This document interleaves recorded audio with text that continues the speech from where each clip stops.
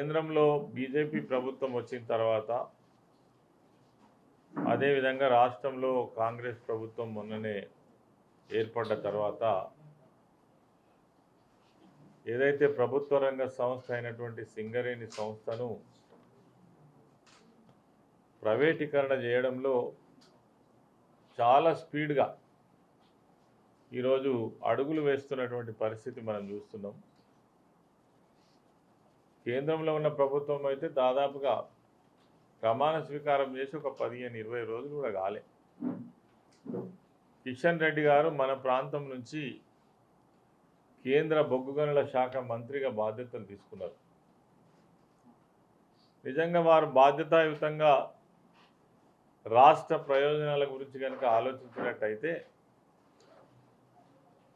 దాదాపు 133 సంవత్సరాలు కలిగినటువంటి సింగరేణి సంస్థను కాపాడేటువంటి రక్షించేటువంటి ఒకవేళ ఇదివరకే కేంద్ర ప్రభుత్వంలో నిర్ణయాలు కనుక తీసుకున్నట్టయితే వాటిని మరి తిరిగి సవరించి తెలంగాణలో ఉన్నటువంటి రాష్ట్రంలో ఉన్నటువంటి ఈ సింగరేణి బొగ్గు గనులను కాపాడేటువంటి ప్రయత్నం గొప్పగా జరుగుతుండే అని మనం ఆశపడ్డాం. కానీ ఆశించిన దానికి భిన్నంగా వాళ్ళు మాట్లాడే మాటలు కావచ్చు, తర్వాత చేస్తున్నటువంటి చేష్టలు కావచ్చు, ఏవైతే ఉన్నాయో ఈరోజు తెలంగాణ రాష్ట్రం యొక్క అభివృద్ధికే గొడ్డలిపెట్టుగా అభివృద్ధి నిరోధకంగా మారినట్టుగా మనకు కనబడతా ఉంది. సింగరేణికి సంబంధించి చూసినట్టయితే నిజంగా సింగరేణి సంస్థ తెలంగాణ ప్రాంతానికి కొంగు బంగారం. సింగరేణి కేవలం ఒక కంపెనీ కాదు, ఈ ప్రాంతంలో లక్షలాది మందికి జీవితాన్ని ఇచ్చినటువంటి, గ్రామీణ ప్రాంతాల్లో ఉన్నటువంటి అనేక మంది ప్రజలకు లైఫ్నిచ్చినటువంటి, అదేవిధంగా ఈ రాష్ట్రం యొక్క భవిష్యత్తునిచ్చినటువంటి సంస్థ. ఈ ప్రాంతంలో ఉన్నటువంటి అనేక పరిశ్రమలకు నిరంతరంగా బొగ్గును సరఫరా చేసినటువంటి సంస్థ సింగరేణి సంస్థ. అందుకే సింగరేణి సంస్థ అనగానే చదువుకున్న వాళ్లకు, చదువు లేనటువంటి వాళ్లకు లక్షలాది మందికి ఉద్యోగ అవకాశాలు, ఉపాధి అవకాశాలు కల్పించినటువంటి సంస్థ. ఇవన్నీ మరి మన నాయకులకు తెలియదా అంటే ఖచ్చితంగా తెలుసు.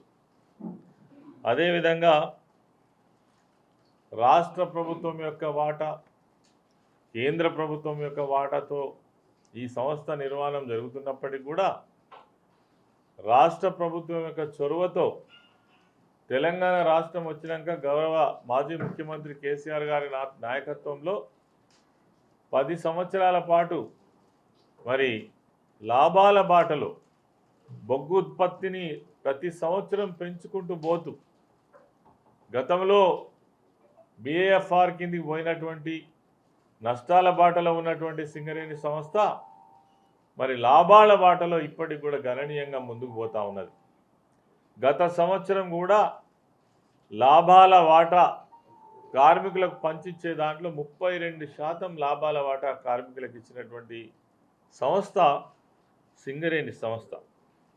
అదేవిధంగా ప్రభుత్వ రంగ సంస్థ అయినటువంటి లాభాలు ఆర్జిస్తున్నటువంటి అన్ని విషయాలలో దేశంలో ఎన్నో బొగ్గు సంస్థలు ఉన్నప్పటికీ సింగరేణి సంస్థకు ఒక ప్రత్యేకత ఉన్నది. అది అన్ని విషయాలలో కూడా మరి ఇక్కడ మనం చూస్తుంటే ఓ ప్రభుత్వ రంగ సంస్థ అయి ఉండి లాభాలు ఆర్జిస్తున్నటువంటి సంస్థను మరి ఎందుకు ప్రైవేట్ పరం చేయాలనే ఆలోచన వచ్చిందో ఇది చాలా దురదృష్టకరం, బాధాకరం. ఎప్పుడైనా మనం ఏం చేస్తాము, కేంద్రంలో కానీ రాష్ట్రంలో కానీ రాష్ట్ర ప్రభుత్వ కేంద్ర ప్రభుత్వ ఆధీనంలో ఉన్నటువంటి ఏవైనా పరిశ్రమలు మరి నష్టాల బాటలో ఉన్నట్టయితే, కాయలబడ్డటువంటి పరిశ్రమలు అయితే వాటిని అమ్మివేయడం కావచ్చు, వేలం వేయడం కావచ్చు, ఆ బరువును భరించలేక కేంద్ర రాష్ట్ర ప్రభుత్వాలు ఎప్పుడైనా పరిశ్రమలను వదిలించుకుంటాయి మనం చూస్తుంటాం. కానీ ఇక్కడ చిత్రమైన విషయం ఏంటంటే లాభాలలో ఉన్నటువంటి సింగరేణి సంస్థను తెగనమ్మేటువంటి ప్రయత్నం చేస్తున్నారు మరి ఇది ఎవరి కోసం, ఎందుకోసం, ఏ ఇంట్రెస్ట్తో చేస్తున్నారో మనకు అర్థమవుతలేదు. అదేవిధంగా దేశంలో అనేక రాష్ట్రాలలో ఈ బొగ్గు సంస్థలు ఉన్నాయి. మరి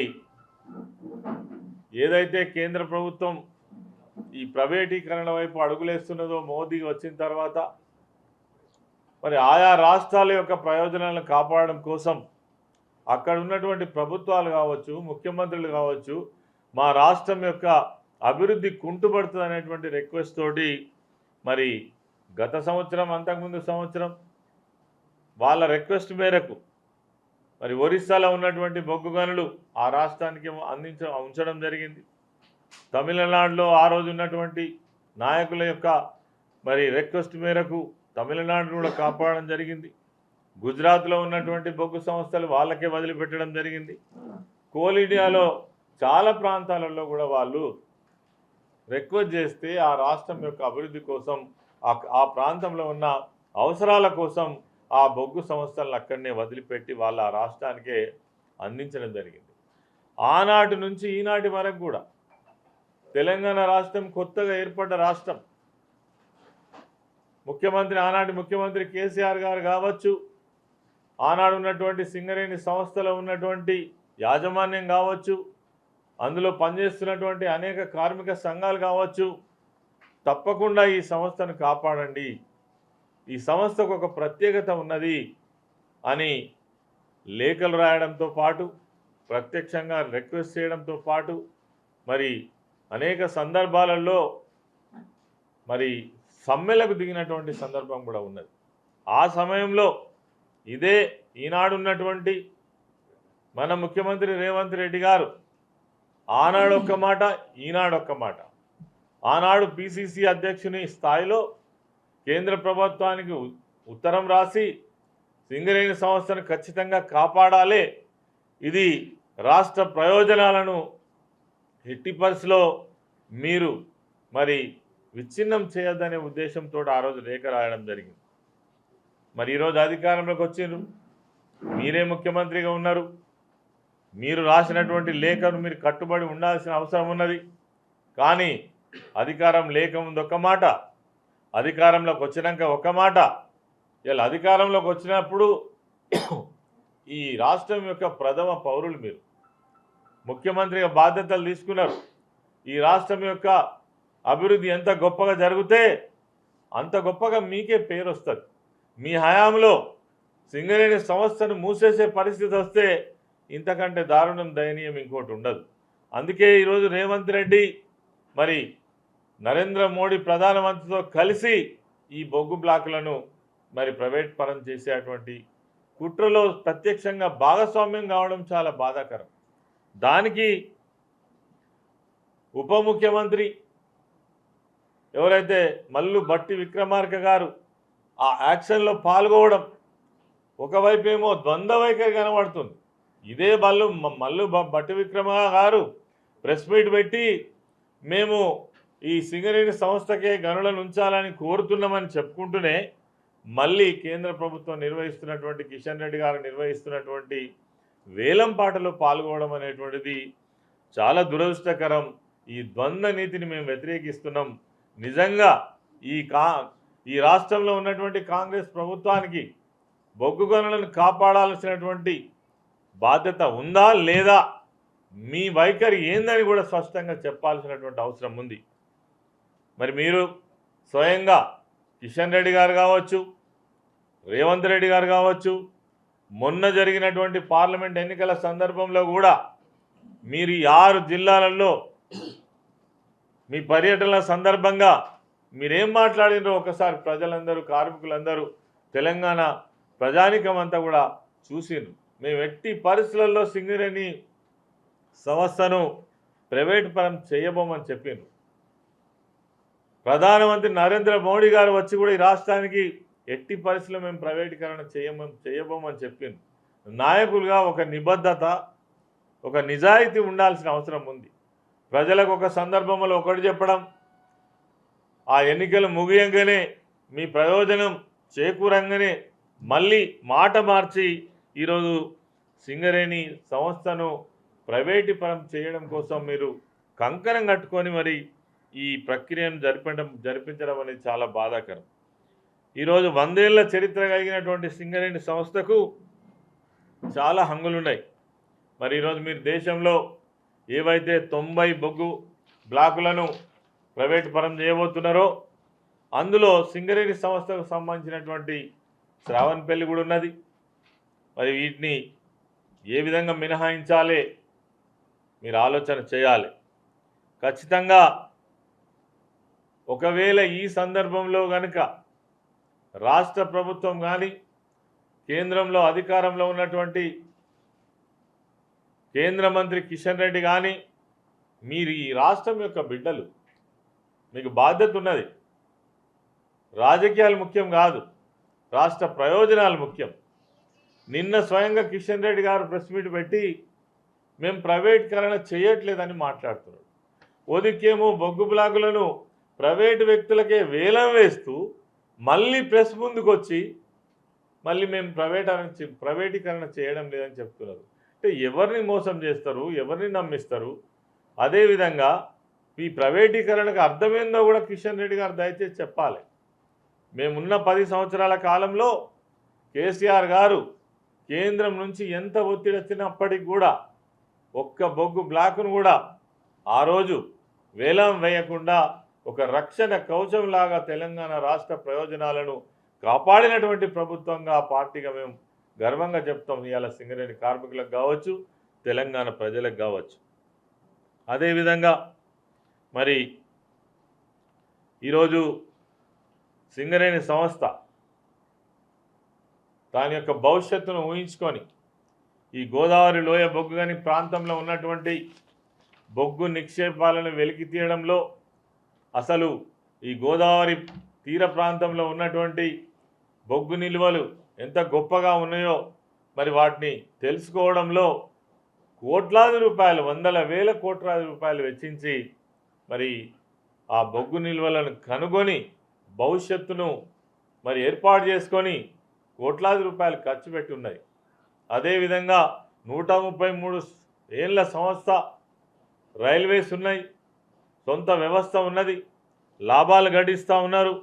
మరి ఇవన్నీ ఉండంగా కూడా మరి దీన్ని ప్రైవేట్ పరం చేయాలనేటువంటి ఒక దుర్మార్గమైన ఆలోచన ఈరోజు కేంద్ర రాష్ట్ర ప్రభుత్వాలు చేయడం అనేటువంటిది చాలా నీచమైన చర్యగా మేము తీవ్రంగా ఖండిస్తున్నాం. ఒకవేళ ప్రైవేట్ సంస్థలకు ఇచ్చినట్టయితే ఏం జరుగుతుంది? రిజర్వేషన్లు కోల్పోతారు. ఇలా మా ఎస్సీలు కావచ్చు, ఎస్టీలు కావచ్చు, బీసీ మైనారిటీలు కావచ్చు, ఈ సంస్థలో వచ్చేటువంటి ఉద్యోగ అవకాశాలు కోల్పోతారు. చదువుకున్నటువంటి యువకులు ఉద్యోగ అవకాశాలు కోల్పోతారు. అందుకే ఈ సందర్భంగా నేను ఒక ఉదాహరణ చెప్తా ఉన్నాను. జరిగిన సంఘటన 1975వ సంవత్సరంలో బీహార్ రాష్ట్రంలో మరి ఆనాడున్నటువంటి బొగ్గు గనులలో చాలా దారుణమైన ప్రమాదం జరిగి చెస్నాలా గనిలో 375 మంది కార్మికులు నీళ్లలో మునిగి చనిపోయినటువంటి సంఘటన. ఆనాడున్నటువంటి కేంద్ర ప్రభుత్వం ఒక నిర్ణయం తీసుకున్నది. ఇటువంటి బొగ్గు పరిశ్రమలు ఏవైతే ఉన్నాయో ఇవి అత్యంత ప్రమాదకరమైనటువంటివి. ప్రకృతికి విరుద్ధంగా పనిచేసేటువంటి కార్మికులు, మరి దాదాపుగా కిలోమీటర్ల కొలది కోల్ మైన్లోకి వెళ్ళి పనిచేసేటువంటి కార్మికులు. కాబట్టి తిరిగి ఇటువంటి ప్రమాదం జరగొద్దనంటే ఇవి కేంద్ర ప్రభుత్వ ఆధీనంలో, రాష్ట్ర ప్రభుత్వాల ఆధీనంలో, ప్రభుత్వ రంగం యొక్క ఆధీనంలో జరగాలని ఆ రోజు నిర్ణయం తీసుకోవడం జరిగింది. తదనుగుణంగానే మరి కోల్ ఇండియాలో ఇప్పటికే అనేక బొగ్గు పరిశ్రమలు నడుస్తూ ఉన్నాయి. సింగరేణి సంస్థ అసలు రక్షణ విషయంలో సింగరేణి సంస్థను మించినటువంటి మరి సంస్థ లేదు. అన్ని రకాల మరి చర్యలతోటి ఈరోజు ముందుకు పోతున్నటువంటి సంస్థ. ఈ సంస్థను మరి ఇన్ని సంఘటనలు, ఇన్ని ఉదాహరణలు, ఇన్ని విషయాలు ఉన్నప్పటికీ కూడా బలవంతంగా ఈరోజు సింగరేణి సంస్థను ప్రైవేట్ చేసి మరి ఈ ప్రాంతం యొక్క ప్రజల యొక్క అవకాశాలను కావచ్చు, తెలంగాణ రాష్ట్రం యొక్క అభివృద్ధిని కావచ్చు, ఖచ్చితంగా దీన్ని ఒక అడ్డుకట్టగా వేసేటువంటి ప్రయత్నమే కేంద్ర రాష్ట్ర ప్రభుత్వాలు చేస్తున్నాయి. మేము ఆనాడే చెప్పినాం, పార్లమెంట్ ఎన్నికల సందర్భంగా కేసీఆర్ గారు కావచ్చు, మేము కూడా మైన్స్ మీద తిరిగినప్పుడు వీళ్ళిద్దరు కనుక కూడా వన్నుకొని ఖచ్చితంగా సింగరేణి బొగ్గు గనులను ప్రైవేటైజ్ చేస్తారు, ఈ తప్పకుండా ప్రైవేటు వ్యక్తులకు అందజేస్తారు, వాళ్ళ చేతిలో పెడతారు, తప్పకుండా ఇందులో పనిచేసేటువంటి కార్మికుల యొక్క హక్కులన్నీ కోల్పోబడతాయి, ఈ ప్రాంతం అంతా కూడా కలుషితమైపోయి మరి రక్షణ చర్యలు లేకుండా తయారవుతుందని ఆనాడు చెప్పినాం. అయినా కానీ మరి ప్రజలు అర్థం చేసుకోలేదు. ఇప్పటికైనా అనేక కార్మిక సంఘాలు ఉన్నాయి. కార్మిక సంఘాలు కాకుండా ఈ ప్రాంత ప్రజలు ఉన్నారు, రాజకీయ పార్టీలు ఉన్నాయి. అదేవిధంగా వీళ్ళందరూ కూడా మరి దీన్ని తీవ్రంగా వ్యతిరేకించాల్సినటువంటి అవసరం ఉంది. తెలంగాణ రాష్ట్రంలో ఉన్నటువంటి సింగరేణి సంస్థను కాపాడుకోవడం బాధ్యత ఇక్కడ ఉన్నటువంటి పౌరులందరి బాధ్యతగా స్వీకరించాల్సినటువంటి అవసరం ఉంది. ఇప్పటికే బీఆర్ఎస్ పార్టీగా మేము డిమాండ్ చేస్తున్నాం.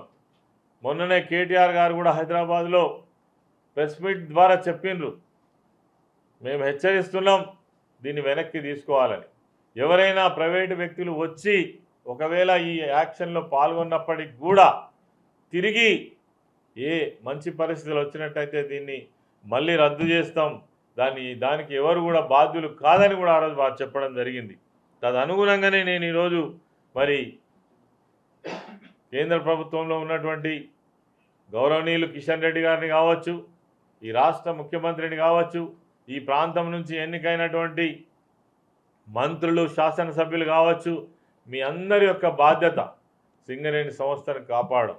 ఇలా మేము అధికారంలో లేకపోవచ్చు, అధికారంలో ఉన్నారు, మీరు కాపాడే స్థితిలో ఉన్నారు, మీరు నోరు తెరవాలి. మీరు ఎవరి కోసం గెలిచిండ్రో, ఏ ప్రాంత ప్రయోజనాలను కాపాడదామని గెలిచిండ్రో, ఇగో ఇది సందర్భం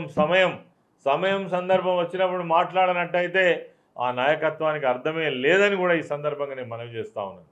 కాబట్టి ఏవైతే ఇలా మీరు యాక్షన్లో పెట్టినటువంటి శ్రావణపల్లి ఇమీడియట్గా దాని యొక్క ప్రక్రియను ఆఫ్ చేయాలని, ఫ్యూచర్లో కూడా మీరు కోయగూడెం కావచ్చు, సత్తుపల్లి కావచ్చు, కళ్యాణి కానీ అండర్గ్రౌండ్ మైన్ కావచ్చు, ఇవన్నీ కూడా మీరు మరి రేపు వేలంలో ప్రైవేటు వ్యక్తులకు అందజేయబోతూ ఉన్నారు. ఇది దారుణం, దురదృష్టకరం. ఒక మంచి సంస్థను నాశనం చేయడానికి కంకణం కట్టుకున్నారు. ఇది మంచిది కాదు. ఈ రాష్ట్ర ప్రయోజనాలకు తీరని ఆటంకం కలిగిస్తున్నారు. మరి దీన్ని వెంటనే ఉపసంహరించుకోవాలని బీఆర్ఎస్ పార్టీ పక్షాన మేము డిమాండ్ చేస్తున్నాం. ఈ ప్రాంత ప్రజానిధులందరూ కూడా నోరు విప్పి మాట్లాడాలి, మీ వైఖరి కూడా చెప్పాలని కూడా ఈ సందర్భంగా నేను తెలియజేస్తాం.